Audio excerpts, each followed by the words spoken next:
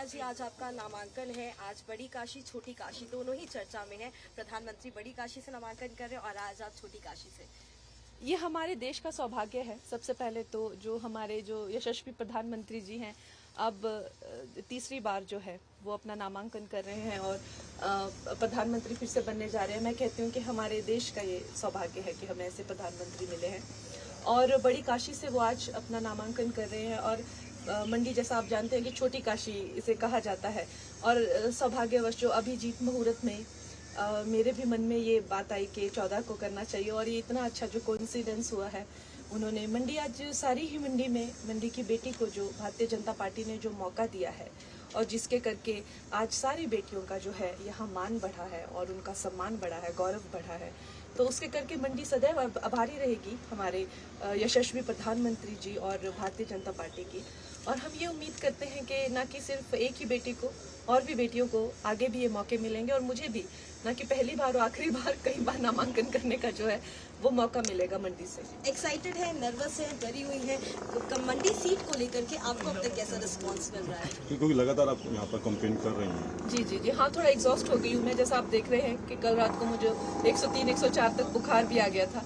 पर चलिए ठीक है, अब आप लोगों की जब सब है, ये जो है प्रदेश है, इसके जो लोगों का प्यार है, आभार है, तो उसके करके हम भी चले जा रहे हैं। मैडम, कल पिछली बार जब यहाँ पर विक्रमादित्य ने नॉमिनेशन फाइल किया था तो आपने जैसे भी कहा कि मैं हिमाचल की बेटी हूँ, तो ये सवाल मैंने उनसे भी पूछा था, तो उनका ये जवाब आगे से आया कि जब वो ब्रांड एम्बेसडर बनाने के लिए हिमाचल सरकार ने उनसे संपर्क किया तो उन्होंने 55 लाख रुपये मांगे थे।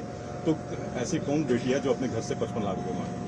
ये तो बहुत ही झूठ है। क्या उनके पास कोई ऐसा मेल होगा या ऐसी कोई कॉन्वर्सेशन होगी या इस तरह की कोई डिमांड होगी जहाँ पे ये मांग रखी गई हो या इस तरह की कोई नेगोशिएशन हुई हो?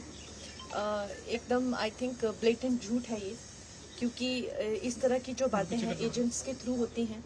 तो क्या इस तरह की उनके पास कोई मेल एक्सचेंज है क्या? क्योंकि होने चाहिए अगर वो किस चीज़ का दावा करते हैं।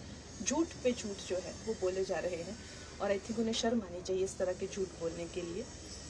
अवश्य ही ये टूरिज़्म को लेके उस टाइम कांग्रेस के लोग मुंबई पहुंचे थे अपनी फैमिलीज़ को लेके, टूरिज़्म के ही खर्चे पे 25-30 लोग आए थे मुंबई में और मेरी फिल्म सेट पे आए, उन्होंने फ़ोटो खिंचवाए, यहाँ वहाँ की बातें की, मुंबई दर्शन किए, घूमे, हफ्ता अपनी फैमिलीज़ के साथ वहाँ रह के गए।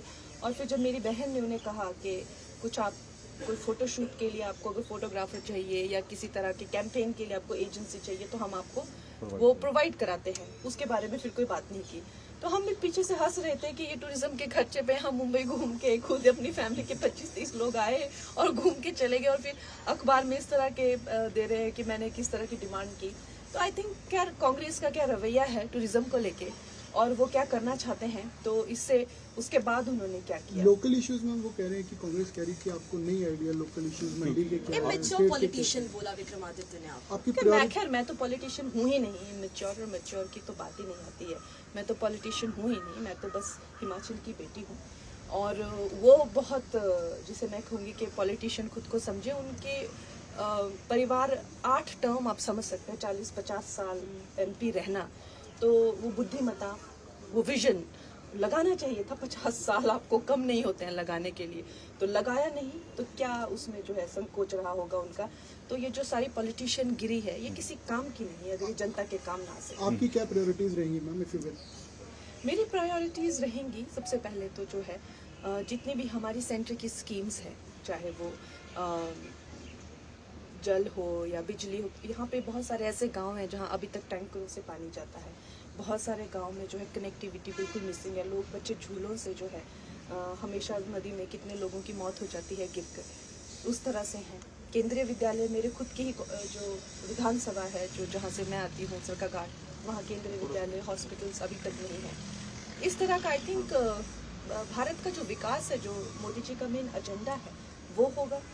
और प्राकृतिक सौंदर्य को ध्यान में रखते हुए पर्यटन हमारा मेन मुद्दा होगा। पर्यटकों के लिए जो है वो किस तरह से सुविधाएं बनाई जाए और जिस तरह से पर्यटन बढ़ेगा भी तो उस तरह से वेस्ट जो हो जाता है एक तरह से वेस्ट मैनेजमेंट कैसे किया जाएगा हिमाचल प्रदेश में, उस तरह के कई पिछली बार काफ़ी ज़्यादा आपदा आई थी मैम, तो मनाली का जो है आलू ग्राउंड एरिया, क्योंकि आप मनाली में भी आपका घर है, वो पूरी तरह से तबाह हो गया था। इस बार भी बरसात का सीजन सामने है, तो क्या आप सेंट्रल गवर्नमेंट से कुछ ऐसी डिमांड करेंगे कि जो लोगों का नुकसान हुआ था या जो उस समय जो जितना भी पूरा हिमाचल पूरा हिल गया था उसको दोबारा से खड़ा करने के लिए? देखिए निश्चय ही 1,800 करोड़ कोई छोटी राशि नहीं होती है लोगों को जिन्होंने अपने पशु या अपने घर या जिस तरह का जो भी है उनका नुकसान हुआ है। अब वो कहाँ गई राशि, कहाँ नहीं गई, वो तो खैर दूसरी बात है, पर आगे जो करेंगे जैसे ही हमारी सरकार आएगी तब हम कर सकते हैं। अभी तो मैं प्रत्याशी हूँ, अभी तो मैं कोई डिमांड नहीं रख सकती, अभी तो मेरी डिमांड सिर्फ वोट की ही है।